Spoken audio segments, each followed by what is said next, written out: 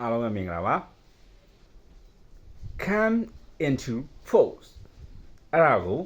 မြန်မာလိုဘယ်လိုသုံးမလဲမြန်မာလိုဘယ်လိုပြောမလဲ come into force သူကဘယ်နေရာမှာသုံးလဲဆိုတော့ rule တွေမှာသုံးတယ် policy မှာသုံးတယ် regulation မှာသုံးတယ်တော့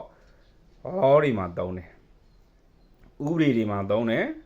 policy မူဝါဒတွေမှာသုံးတယ်စီမံစည်းကမ်းတွေမှာသုံးတယ်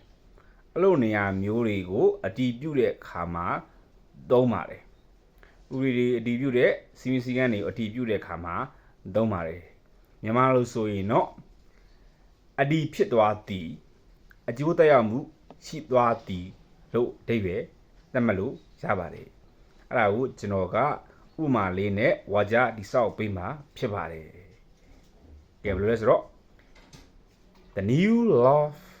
will come into force next month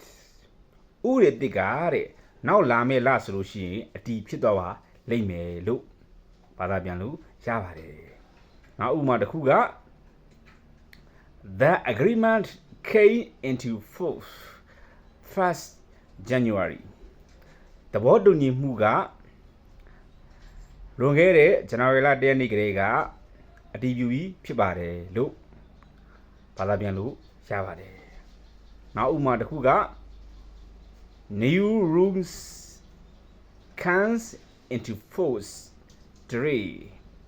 ဥပဒေစီမံစည်းကမ်းအသစ်တွေကဒီနေ့ဆိုလို့ရှိရင်အတည်ပြုပြီးဖြစ်ပါသည်လို့ဘာသာပြန်လို့ရပါတယ်အဲ come into force နဲ့အတူ same meaning ကတော့ဘာလဲဆိုတော့ come into effect ဖြစ်ပါတယ်เนาะအဲ့တော့ come into force come into effect အတည်ပြုပြီးဖြစ်ပါသည်အတည်ပြုပါသည်အကျိုးသက်ရောက်မှုရှိပါသည်အဲ့လိုမျိုးဘာသာပြန်လို့ရပါတယ်ကျေးဇူးတင်ပါတယ်ခင်ဗျ